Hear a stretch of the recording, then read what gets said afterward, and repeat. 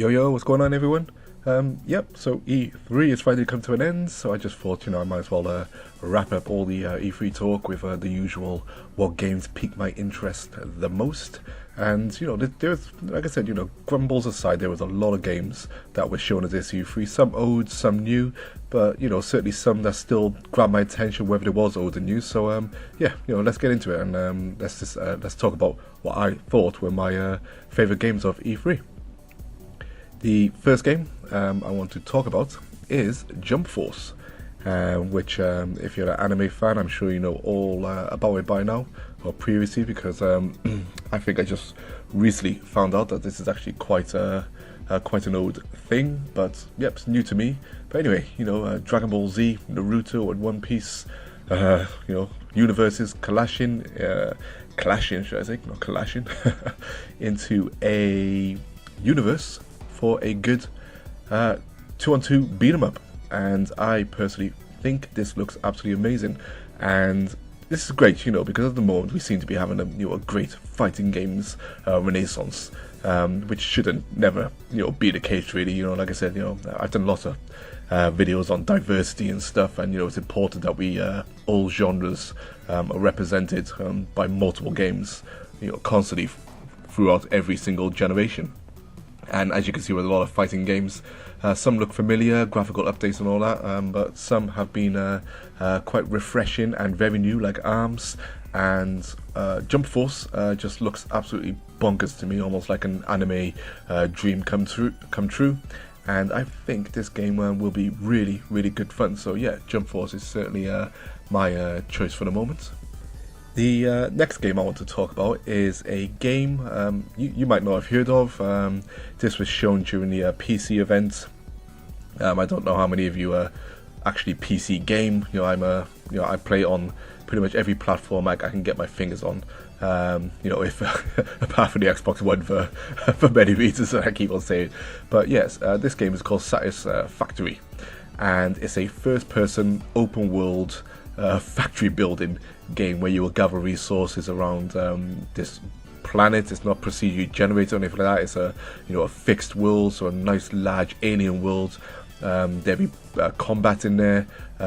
You have to build up this factory. You can build it multiple levels. It'll be co-op. I believe they've discussed it's going to be up to 4 players so far. But at the moment, I've been having the urge to sink back into PC gaming again. After I've been distracted by consoles for a while, and I do love strategy games. And this one looks like a good change from what I usually play, especially with it being first person.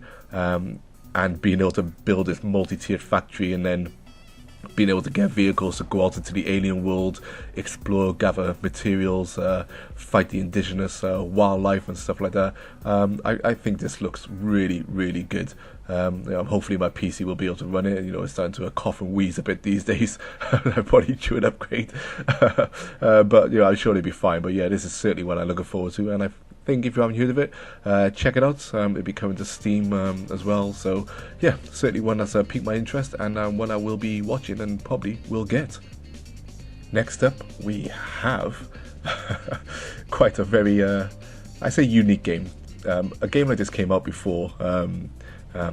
It might have actually been Jaws. I can't remember what it was, but I believe it was done by the Echo the Dolphin team, the guys that done Echo the Dolphin, Defender of the Future. And one thing I love with video games, I always prefer when you actually play as a creature, because I find if you play as an actual creature instead of like a human or something like that, depending on what the creature is, you can do so many crazy gameplay ideas. And this game just looks absolutely bonkers.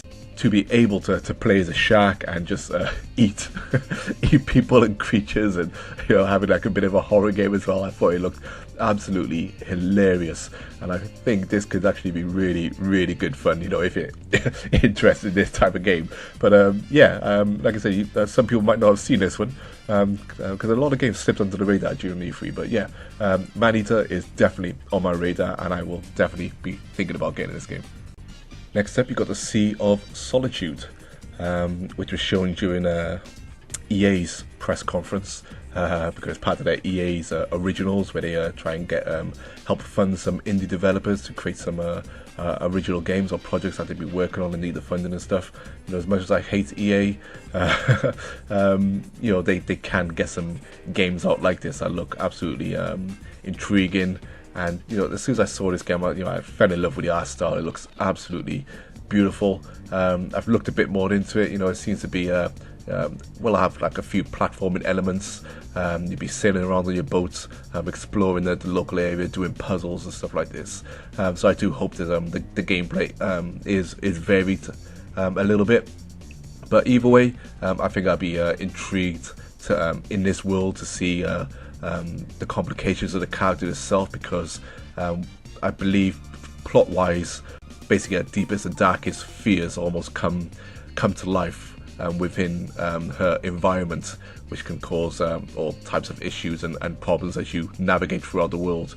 But yeah, Sea of Solitude looks absolutely beautiful, and you know, indie games like this, when they look like this, I've said a million times, I can vastly prefer artistic art styles like this over more realistic games, and in my mind they can blow them away. But anyway, waffling on there. Sea of Solitude, keep an eye on it, I think it looks great. Next up we got Sable.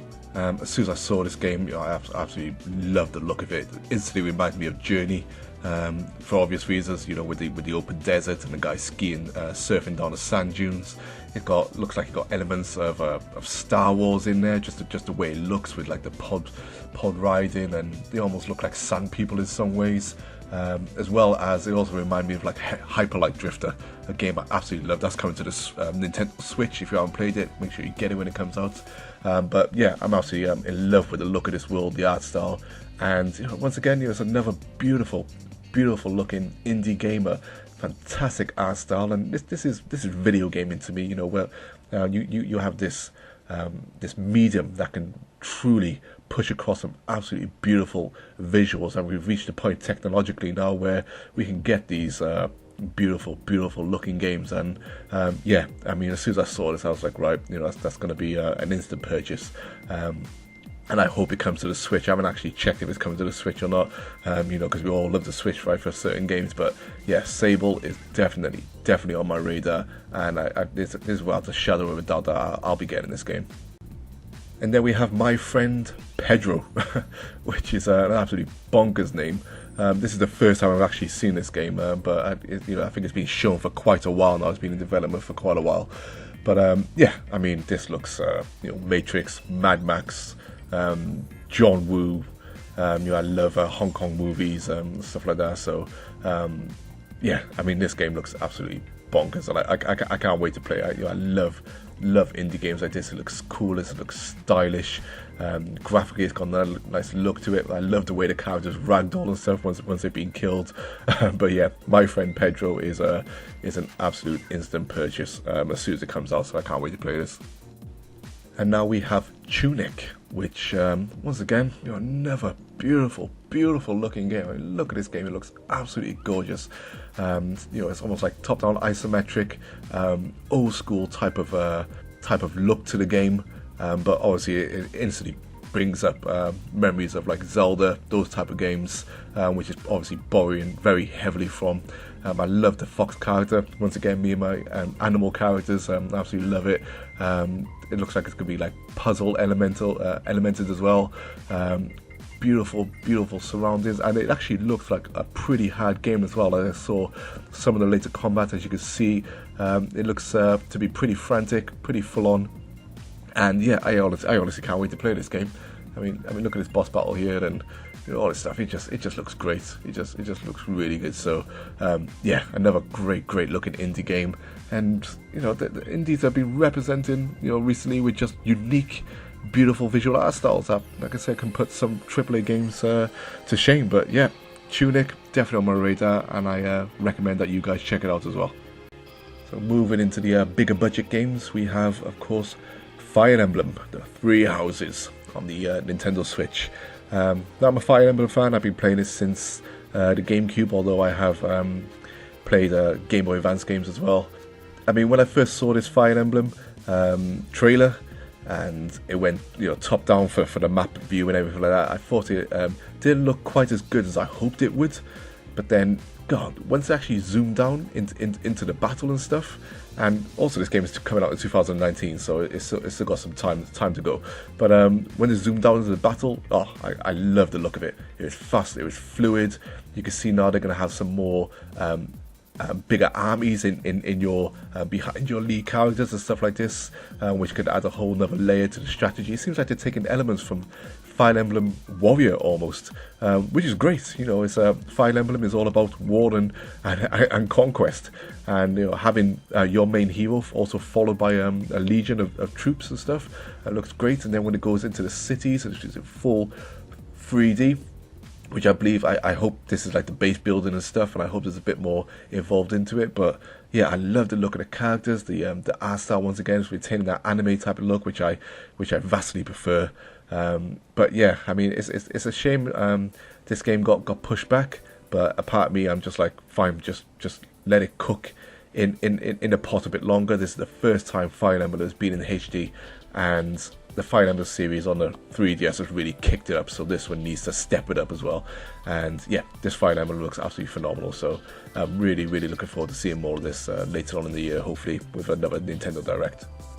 And then you have Rage 2, which to me looks infinitely better than the recent Doom reboot that came out. That came out a few years ago. It's coming out to Nintendo Switch. I mean, they also announced the next Doom Eternal. But Rage 2 looks batshit crazy. Got some crazy looking first person combat in it with some really good looking ideas in there. This isn't just a typical run and gun like Doom was. This gives you lots of different moves, crazy looking enemies. I mean, visually it's absolutely mind-blowing. I mean, I want this on PC, but I think I'm gonna have to upgrade my PC, and my PC will blow up trying to play this game. But Rage 2, it's got it's obviously got elements of Mad Max. This is almost like just call this game Mad Max. I'm currently playing the latest Mad Max game. It's actually not too bad. I'm quite enjoying it, but this just looks infinitely better than the Mad Max game that is actually out. But yeah, Rage 2. I mean, come on, you can't look at this game and tell me it doesn't look fun. It looks like Borderlands on steroids, which in itself is a crazy thing to say. But yeah, I honestly can't wait to play this game. This is what I want from first-person shooters, just all-out, absolute insaneness, and Rage 2 looks to be delivering in spades. I just hope the AI also gives you a bit of challenge as well, and they're not just standing there just taking the guns. But anyway, Rage 2 looks absolutely phenomenal, and yeah, check it out as well if you haven't seen it yet. And then we have another indie game, but I refuse to call this studio and these games indie anymore, because the Ori series is, in my mind, as AAA as 2D games can possibly get. And this is how I want many Nintendo games to look now. Especially I'd love a Mario game to look like this, or especially a Metroid game. Imagine a Metroid game with this type of visual fidelity and this type of art style, but obviously darker for Metroid and stuff. But I mean, Ori and Will of the Wisps, it looks absolutely stunning. I don't think it'd be possible to look better than the original game, which is a phenomenal title. But this game just once again, graphically and artistically, just seems to blow it away.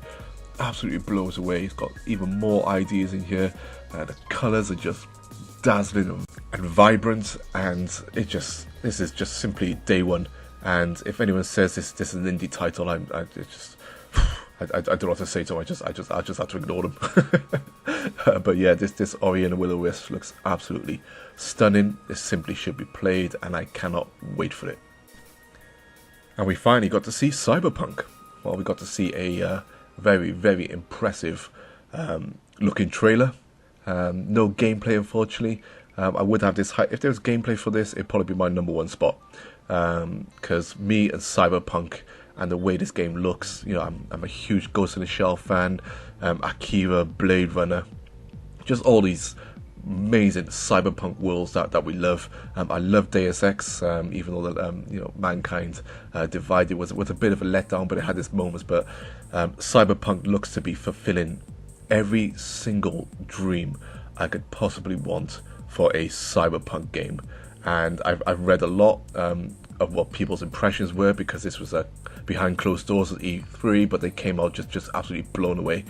Personally, I don't think this game is coming out for a long time. I think it's going to cross generations, and I once again need a PC to really do this game justice, and to get absorbed into what could possibly be one of the most lavished, one of the most intoxicating and staggering worlds we have ever seen in video games. If CD Projekt Red get this right, fix up all the issues they had with The Witcher, even though The Witcher's world was phenomenal, if they get Cyberpunk right, which it looks like they're doing, this game could be absolutely staggering. So my hype levels are through the roof. I just wish we had gameplay, and it'd be high on my list.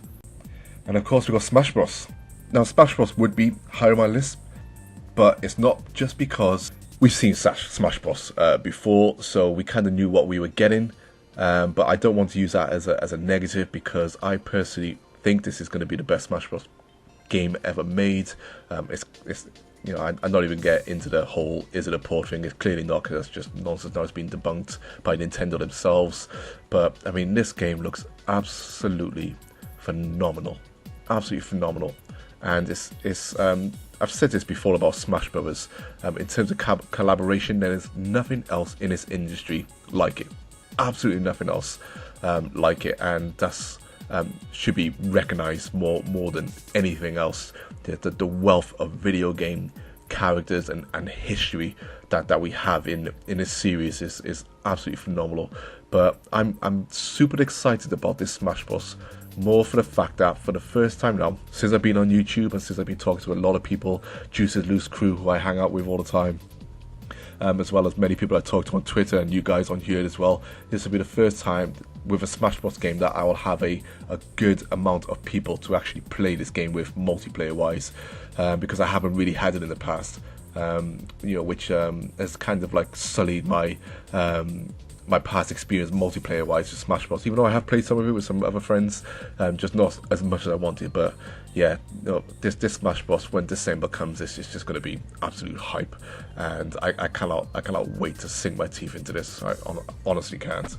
And the biggest surprise of E3 for me was Starlink, and obviously the inclusion of Star Fox, which I think for many people elevated this game from, yeah, this game looks great from its original trailer. It's got promise, to pretty much this is an instant buy. And for many of us, for many people who were perhaps upset, deflated with Star Fox Zero, even though I enjoyed the game, regardless of its faults, this looks to be the Star Fox game, unfortunately, that we've probably all been waiting for, and has many ideas that should have been in Star Fox games for a long time. But the fact that you could play this whole game as Fox, something I'll be doing. What I love about this game as well is it's got great voice acting. If you've heard it, that the characters in the world sound like they've always been. Ubisoft has done a really good job with making this game look like an established franchise. The world looks stunning, graphically it looks beautiful. I've seen it running on the Switch with other gameplay, and yeah, it's also got like that Beyond Good and Evil tone to it. I'm talking about the original Beyond Good and Evil, not the trash second game that they're making. But this looks to me what Beyond Good and Evil 2 should have looked like, and character-wise should have been like. But anyway, I'm not waffling on Beyond Good and Evil 2. This game looks great. It's a definite buy for me. I'll be getting the Star Fox box set, of course. And yeah, Ubisoft, good job, great surprise, great collaboration with Nintendo. And yeah, honestly can't wait for this one. So yeah, perfect. Coming towards here now, we've got the Ghost of Tsushima. Now this game, I gave my thoughts on it previously. I am praying, I'm on my knees to Crom, even though Crom doesn't listen to your prayers. I am really hoping that what we have seen of this game is actually in-game gameplay. This is actually the combat that you will be doing. This is how it'll work, because if so, this looks to be the samurai game I have been hoping and we're praying and wishing for years. It looks absolutely phenomenal. I'm not going to go too much into it. We've all seen this game now. It just, graphically it looks great. It's got a lovely style to it. It doesn't seem to be any seems to be remaining authentic, just humans and stuff, which is great. I love that. And yeah, like I said, I just hope what we have seen is actually what we will be getting. And if it is, by Crom's beard, this game could be phenomenal. But there was another samurai and ninja game that topped it for me, and that was Sekiro: Shadows Die Twice, which during that first teaser that they sent out, rumors were around Bloodborne 2, some people saying Tenchu. I'm a huge Tenchu fan. I think this is definitely more Tenchu. I don't think we should even put this in a Bloodborne or Dark Souls type of game, because it's just not. And if we start classing every third-person action game that looks like this to Bloodborne, then every single game would be a bloody Bloodborne game. But this is from Software. They, like I said, they also done Tenchu as well, the original games. And this looks fast, it looks fluid. I think they confirmed it's a single-player focused adventure game. It looks to be having platform elements. You've got this awesome grappling hook. The boss battles look absolutely immense. This is what I want to see coming from Japan. And it looks absolutely just crazy. I really like the look of this game. It looks brutal. I love the grappling hook there and stuff. It's just if you can use that during combat and in gameplay and stuff to add to the strategy and the movements, I'm gonna be all over this game, absolutely all over it. And my personal choice for E3, although it was pretty close, probably within the top 5, because I think the top 5 are all great looking games. Actually, every game I've chosen on the list I think looks great. But the reason why I've chosen Daemon Ex Machina is because it's a brand new IP, and I love mechs. I love Zone of the Enders, and most recently I've been playing. I played Xenoblade Chronicles X, which most people ignored or moaned about because of the music or whatever. But that game was just awesome. And this game, actually, when I first saw it, I thought this was from Platinum Games or something. Just the way it looked and the way it moved, but it's not. But yeah, I mean, in this game, you're going to be able to fully customize yourself, fully customize your mech. You're going to be able to fly around the world, go pretty high, battle tanks, battle other mechs, and when you destroy them, you can collect their parts to help build up your own mech. The developers have said they're looking to make the absolute perfect mech game. Now, whether they achieve that or not is always going to be opinion. But from what I've seen of this, I mean, I don't know what more you could want from a mech game. You boost on the floor with your feet, with rocket on your backs. You can fly through the air. You can carry giant katanas and swords, dual wield giant guns. You got rocket launchers. It's got a large open world. All the a lot of the environments, like the buildings and stuff, they look destructible, so you can knock them down. And not only that, you can actually take parts off them and use those as weapons as well, to actually break down doors into enemy bases and everything like that. It just I love the art style. You can look at it, you can still see it. It might be a little rough around the edges in some parts. It's still clearly in development, because this is due for 2019 as well. But I mean, from what I can see, I love the art style. I do hope that it does vary a bit as you go, as the gameplay goes. You do start seeing some foliage and some trees and stuff. So I do hope later on that you do kind of get out of this orangey type of background, which is probably my only complaint. But this is just one level, So we don't know what else is going to come.